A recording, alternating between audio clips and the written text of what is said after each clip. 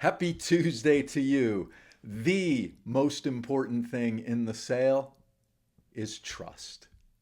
Hi, I'm Brian, founder of That Business Trainer, creator of the sales framework, which helps you close more deals, larger deals, faster deals, even if you are an introvert and without being salesy or cheesy or pushy, all the things we hate about bad salespeople. Today, I want to introduce you to something we talk about inside the sales framework. It's called the trust conversation. Trust can't be faked. You don't show up trusted. Later, you do. Once you have a history, but not initially. Trust must be earned by both sides. So, we have a simple 5-part conversation structure that helps you guide clients from confusion to clarity without ever being salesy.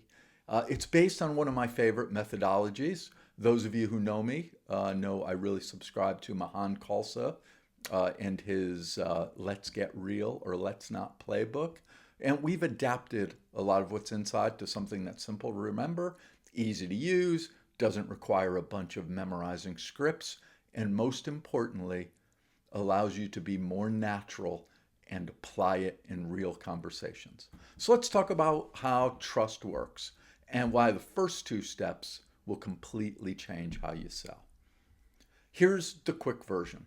Trust, T-R-U-S-T, is our acronym, and it stands for T, which is thing. And we're not talking about the thing, the product or service you are selling. We're often not talking about the thing they've asked for. We're talking about the thing or things that they'd like to achieve should we move forward. And we'll elaborate on that. R is the resources. So these are what resources are available and what resources will be required for this project. So you have your basics, your time, your people, your money. And we need to find and talk about these things in depth and with clarity. You is the understanding of the process, both their process and our process for moving forward. This is where we understand their decision process, which is something that many people skip over. We'll also use this U for any unknowns or undecideds that could affect the outcome. And then finally, we get to S, solution.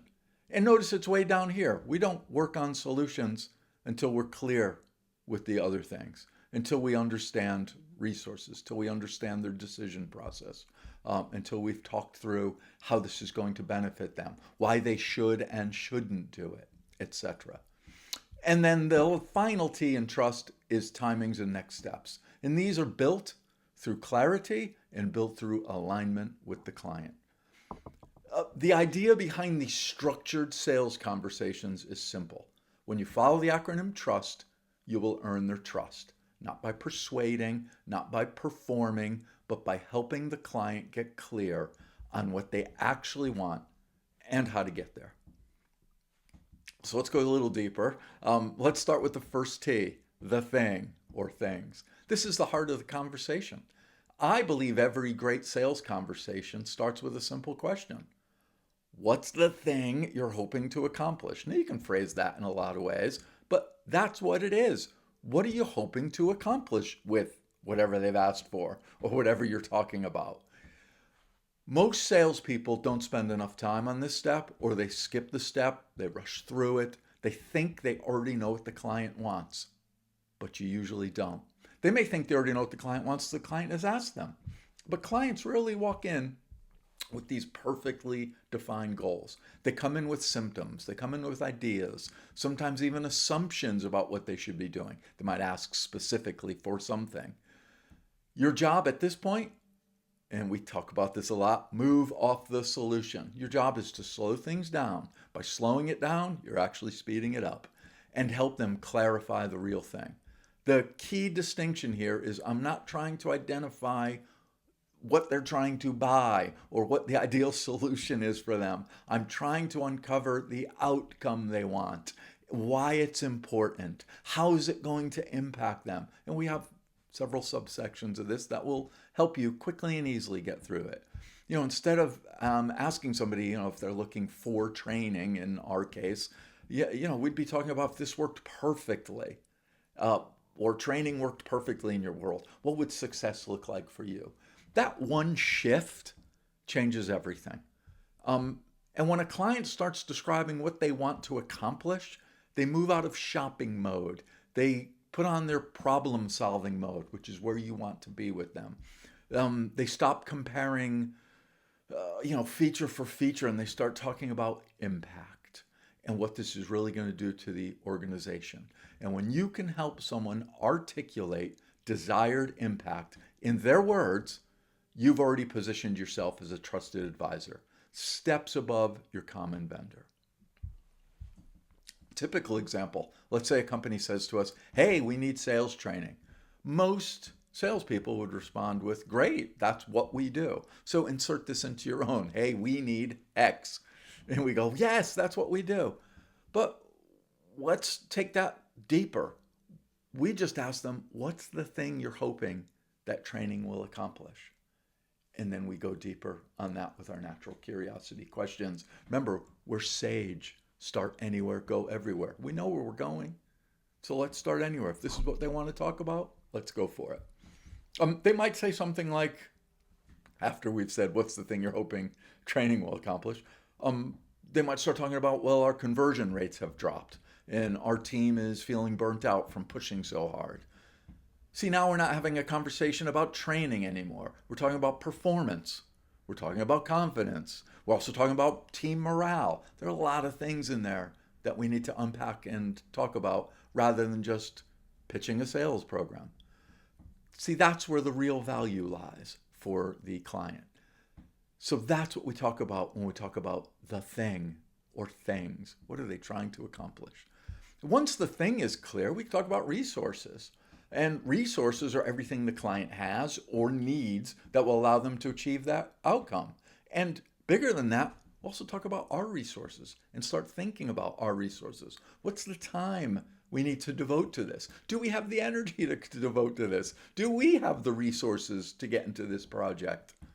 These are all things we want to have a discussion and a conversation with the client. Yes, it includes time, budget, people, but again, even emotional energy. Are they willing to fight inside their company to get this result? What's that going to take? What does that look like? You'll probably be the only one having that conversation with them, which positions you way up top in their eyes. This is the part of the conversation where many people get nervous.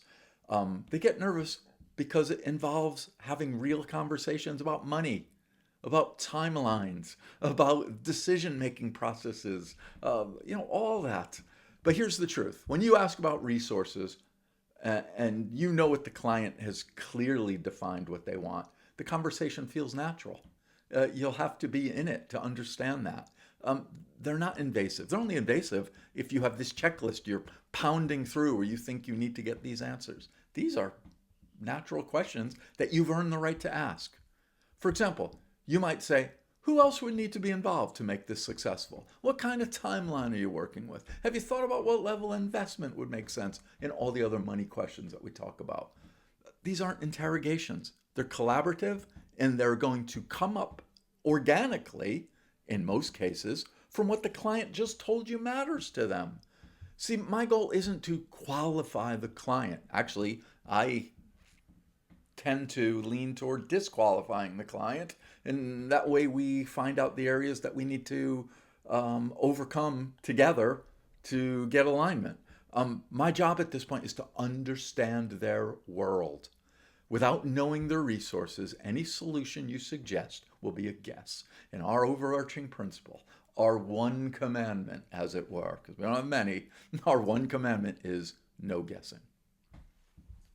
If I'm clear on the thing and the resources, I then work on the you, understanding their process. I want to know their decision process. I want to know how things happen internally. And then I'm going to use that you to remind me there are other yous. There's the unknowns, the undefined, the unspoken.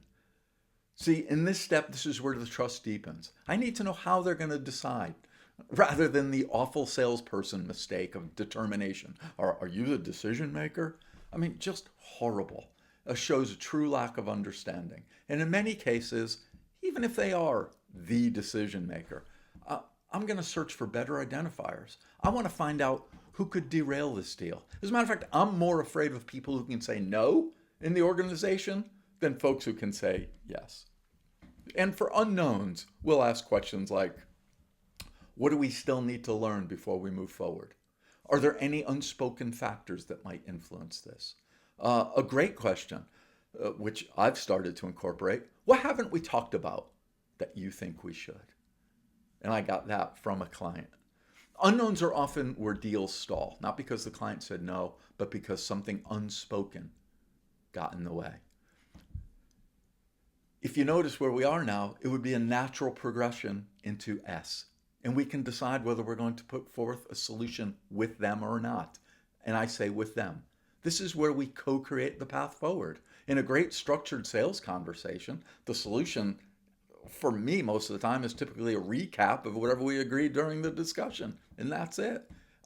It's not a pitch. It's not some performance piece. It's building the solution together. And if I need to get that into focus with them, we just say, hey, would it make sense for us, based on this, to explore an approach that focuses first on, and then pick something that was important to them.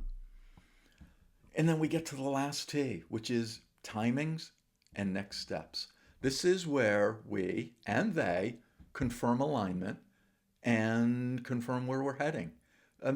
This is where we avoid ghosting, which is a phrase that seems to have come up in salespeople in the last few years. It's a phrase I hate, a phrase I am wholly unfamiliar with, and you will be too.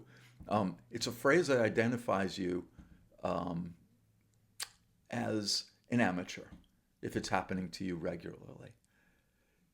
You might say to your client, do you feel confident this is the right direction for you? And then talk about what happens next. And then you talk about what happens next all the way through implementation, if you can, and put timelines and agreed conversations on this. This isn't closing. This is going forward as mutual decisions. And this structured way of doing it in this sales conversation is what makes the sales framework, and especially this trust inside it, so powerful. We're not about getting people to say yes. We're about getting people to make the right decision with you, not because you push them hard. And conversely, more people say yes because of that. So let's bring it all together. T, the thing, what do they actually want? R, the resources, what will they need? What will we need? U, this is the decision process, right? The understanding of their process and understanding their unknowns. What don't we know? And then solution, how do we solve this challenge that's come up in the first section together? And should we? It might be at this point we get out of the conversation. I always say it's okay to lose the deal early. And by bringing all this stuff up early and talking about it and having real conversations, we get to find out, should we even waste our time? It takes a lot of resources on our end to put together a solution. I frankly don't want to do it if we're not in alignment and going to move forward. We don't guess. And then timings and next steps. Do we both believe this is the direction we are now heading from here? And this should be on every conversation. What's the direction we're heading with the next conversation? When and who's involved? What is that direction? Have we agreed that moving forward?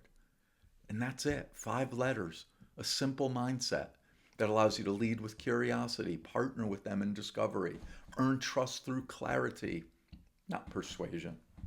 And when you do this, you find your conversations flow more naturally. You're going to find objections will disappear. You're going to find clients open up in ways they never have before because you're not selling. You're helping them think clearly. People trust the person who helps them think clearly. I hope we help you think clearly. If you found this useful, please like and subscribe to our channel. And as always, check below if there's any upcoming sales framework workshops that you can attend. It should be in the description, or you can email us. It's the sales framework workshops. That's where we go deep into frameworks like this one. How to use them live, how to use them in real client meetings, using your situations, how to turn confusion into clarity, how to turn conversations into commitments. And that's it. I'll see you in the next video. Bye now. Money.